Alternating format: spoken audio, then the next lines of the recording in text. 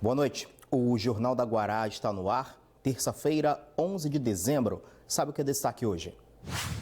Polícia desarticula quadrilha envolvida com facções criminosas que agia na Grande Ilha.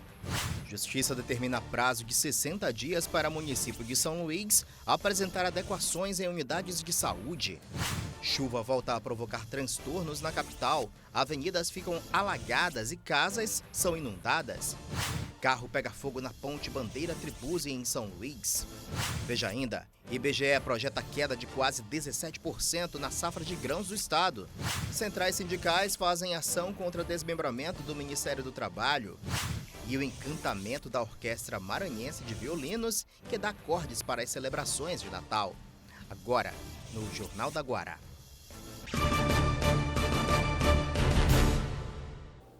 A Polícia Militar do Maranhão apresentou hoje integrantes de uma quadrilha que era responsável por realizar ações criminosas meticulosamente planejadas. Os suspeitos assassinavam as vítimas sem dar a elas qualquer oportunidade de defesa ou reação. Essa investigação já vinha acontecendo há um tempo e as prisões foram efetuadas aqui na capital. E essas não foram as únicas prisões realizadas nesta terça-feira. Um mês depois do assassinato do prefeito de Davinópolis, 4 envolvidos foram detidos, inclusive 2 eram policiais militares. O repórter Hugo Reis é quem tem mais informações para a gente destes casos. Oi, Hugo, muito boa noite para você. O que a cúpula da segurança pública disse sobre esses assuntos, hein? Boa noite, Pascoal. Boa noite a todos. Olha só, a Polícia Civil, através da SEIC, conseguiu prender 4 suspeitos de envolvimento de uma organização criminosa com atuação na capital e também no interior do estado. Com eles foi apreendida uma pistola .40 de uso da Polícia do Estado de São Paulo. Toda essa ação foi coordenada pela Delegacia de Combate a Crimes Organizados e desbaratada com mandados de prisão expedidos pela Justiça. Foram presos Wilton Torres, do Espiga, um dos mandantes de um grupo de facção criminosa na área do Coroado e Bom Jesus. A sua companheira Anne Kelly também foi presa. Américo Fonseca e James Teixeira, conhecido como Jamelão, seriam os informantes do Espiga, já que o mesmo estava foragido e vivendo na Vila Maranhão, mas comandando as ações criminosas. A polícia agora deve fazer a comparação e avaliar o possível envolvimento de alguns deles em uma morte que aconteceu na cidade de Penalva há 10 dias. Pascoal, outra prisão que aconteceu hoje foram de 4 suspeitos de matar Ivonildo Paiva, o prefeito de Davinópolis, no interior do estado, no mês de novembro, na zona rural da cidade. Os presos são Francisco de Assis Bezerra Soares, conhecido como Tita, que é policial militar no estado do Pará, foi preso em Dom Eliseu. Também José Denilton Guimarães, conhecido como Boca Rica, que é mecânico. Willam Nascimento da Silva, policial militar do Maranhão, lotado em Grajaú, e Jean de Arlen dos Santos, o Jean listrado, que, segundo as investigações, é pistoleiro. Outros 2 mandados de prisão ainda estão em aberto, portanto, 6 pessoas devem ser presas ao fim dessa operação. Essas prisões apenas fazem parte da primeira parte da operação, que pretende desvendar de vez a morte do prefeito de Davinópolis. Eu volto com você, Pascoal. Tá legal, Hugo. Muito obrigado por suas informações. Boa noite. Iniciativas e personalidades em prol da juventude foram premiadas nesta terça-feira com a entrega da medalha Dica Ferreira. Ao todo, foram 64 homenageados entre pessoas e instituições que deram oportunidades aos jovens e contribuíram para o fortalecimento da juventude maranhense.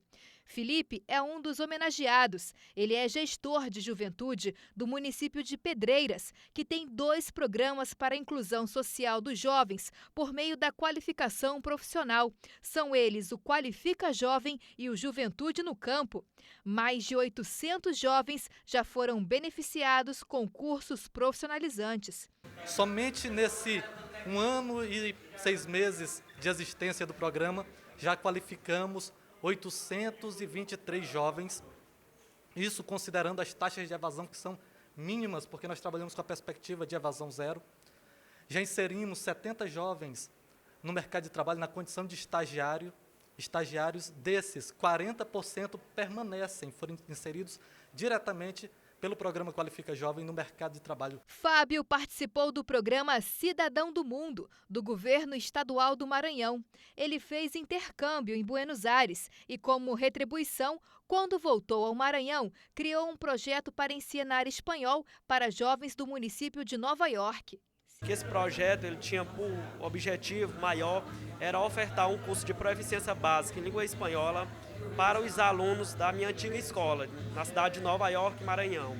E aí eu falei com o governador, com a Fabiana, representante da SECT, e a gente conseguiu ofertar esse curso. Eu ministrei um curso de proficiência básica em língua espanhola de 60 horas para alunos que iriam fazer ENEM e que iriam fazer o vestibular da UEMA, o PAS. Alunos esses que até então nunca tiveram um contato com a língua espanhola.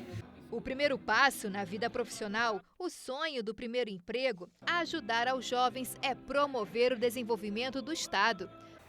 Muito feliz de estar recebendo esse reconhecimento por parte da Secretaria de Estado da Juventude, um reconhecimento de que o trabalho que o governo Flávio Dino vem desenvolvendo na área da educação está no caminho correto, está sendo bom, garantindo oportunidade para os jovens maranhenses, e essa é a nossa intenção, através de programas como as escolas em tempo integral, o Emaranhando Sonhos, o Mais Grêmios, o Mais Estágio e tantos outros que visam justamente garantir essa oportunidade, fazer com que os nossos jovens tenham um futuro melhor pela frente. A medalha Dica Ferreira foi criada para homenagear a dona Raimunda Ferreira, mais conhecida como Dona Dica. Ela morou no Polo Coroadinho e se envolveu com as causas sociais daquela região, principalmente com atividades para jovens e mulheres. E nesse sentido de reconhecer o trabalho e também perceber o quanto é importante ter várias mãos construindo e se envolvendo em prol do juventude maranhense. Economia agora.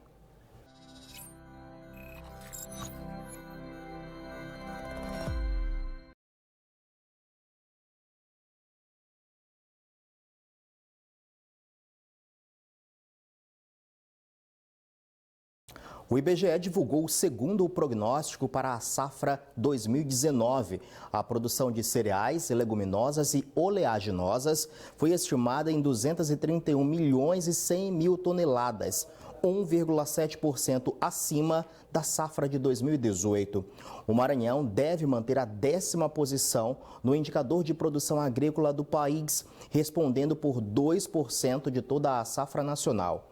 A safra de 2019, no entanto, aqui no estado, será quase 17% menor do que a registrada neste ano, segundo o prognóstico divulgado pelo IBGE.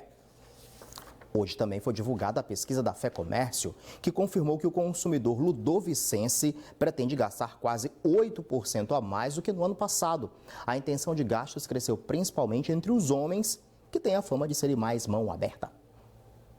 O gasto médio do maranhense será de R$ 151, mas os homens devem gastar, em média, R$ 166 na hora de comprar os presentes e as mulheres, R$ 138. De acordo com a pesquisa, 66,6% dos consumidores daqui pretendem comprar presentes neste Natal. Entre essas compras, 67,9% devem pagar à vista.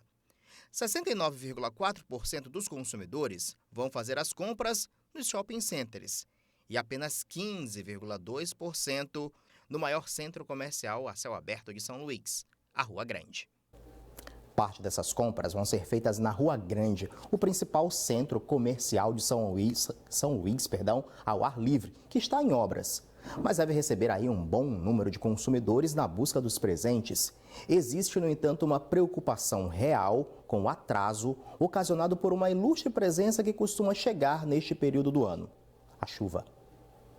Mês de dezembro chegou a todo vapor e com ele a vontade de crescimento das vendas por parte dos comerciantes da Rua Grande, mesmo com as obras. A esperança tem sido positiva, e isso sem deixar de lado algumas reclamações. É bastante satisfatório o resultado, apesar de estar parcialmente terminada, né? Nós queríamos que tivesse 100% terminada, mas infelizmente não é possível em decorrência de problemas que houve no projeto, na decorrência do projeto aí, da obra. A previsão de entrega da obra finalizada está marcada para o primeiro semestre de 2019. Cerca de 60% já foi feito e agora, com as chuvas, o calendário poderá alterar um pouco. Esta obra é uma das 15 obras do final do governo Temer que deram prioridade de execução para que o governo pudesse entregar antes do fim do seu mandato. As obras acabam interferindo nas vendas, principalmente onde não estão finalizadas, nos quarteirões finais. Mas, segundo o IPHAN, existe um diálogo constante com o CDL e um acordo principalmente para este mês e começo de janeiro. O que ficou acertado é que nós não abriremos novas frentes de trabalho, ou seja, não começaremos o trabalho da 7ª quadra para que a gente evite maiores transtornos durante esse período, que é um período importante, onde os comerciantes esperam pelo ano todo, né, que são as vendas de Natal. Para alguns, as obras representam um verdadeiro presente à sociedade. Essa reforma foi um presente que São Luís está ganhando, é uma tranquilidade para a gente andar com conforto, visitando as lojas, tudo. É maravilhoso, é um presente que São Luís está recebendo. Tranquilidade total, viu?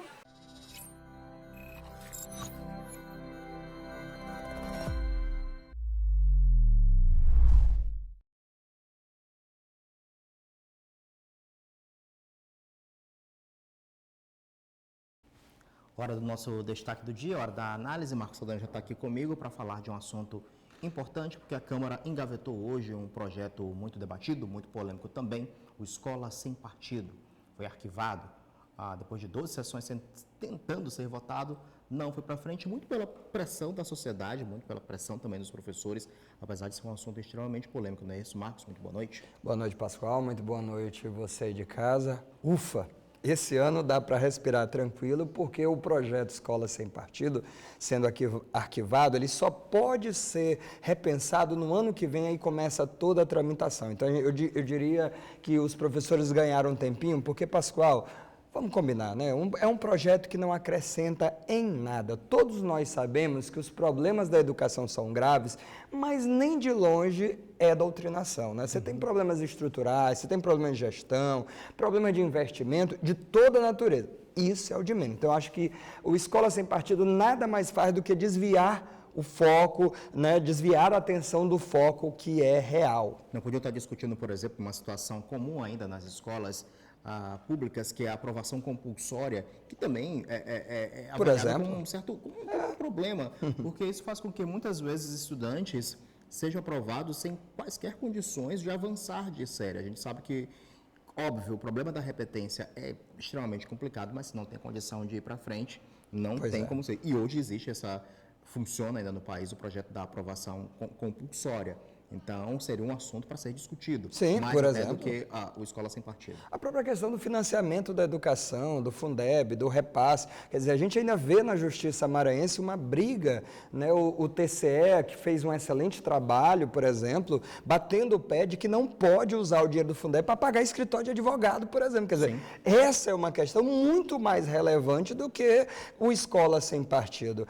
Em sala de aula, o professor muitas vezes não consegue sequer dar aula porque não tem água, não tem energia, não tem um sistema adequado de ventilação, não tem estrutura, não tem banheiro, não tem um sistema de esgoto.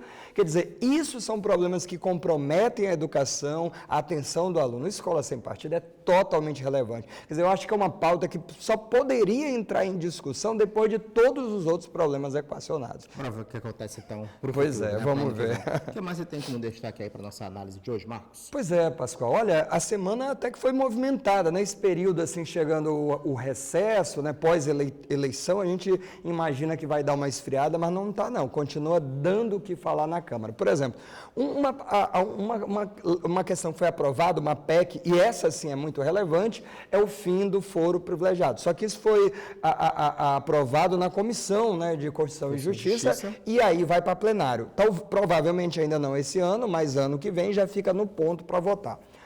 Claro que ainda há limites, por exemplo, o foro privilegiado ele não vai pegar, por exemplo, presidentes, vice, ou presidente de Senado ou de Câmara Federal. Esses ficarão imunes. Que, de certa forma, se a gente parar para pensar, também não dá para abrir um tribunal de inquisição. Pessoas que exercem esses cargos, eles também são alvos muito fáceis de uma série de acusações que nem sempre visam, de fato, a fazer a boa investigação. Tem que se preservar também um pouco a questão da liturgia do cargo. Né? E também, às vezes, muitas denúncias são feitas apenas para criar instabilidade. Então, nesse sentido, eu até reconheço. Mas, olha, o que tinha de ministros, por exemplo, com imunidade, o que tinha de governadores, por exemplo, caiu, prefeitos perderam e deputados. Então, só para se ter uma ideia, a Lava Jato está chegando a 4 anos. Só o Fachin, em um determinado momento, ele chegou a ter 125 denúncias na mão dele. Hoje ele está com 75.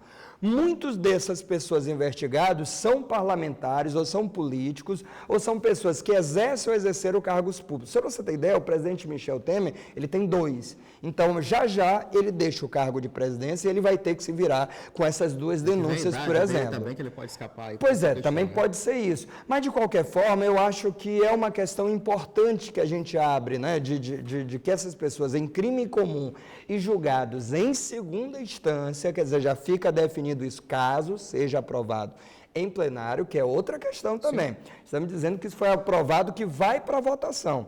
Mas eu acho que já é um passo bastante importante nesse sentido, viu, Pascoal? E para fechar, tem uma coisa que a gente não pode deixar de falar. A gente teve a diplomação do presidente Bolsonaro, e aí eu poucas vezes vi, eu não sei se você concorda e você de casa também, poucas vezes eu vi um presidente criar tanta polêmica antes de tomar posse, quer dizer, influenciar tanto no caminho que o país vai tomar como ele tem tomado. E, olha, nem tomou posse, já tem denúncias substanciosas aí em relação a ele, substanciais. Então, eu acho que ele assume já num clima de instabilidade, sobretudo para quem pregou ser eleito em combate à corrupção.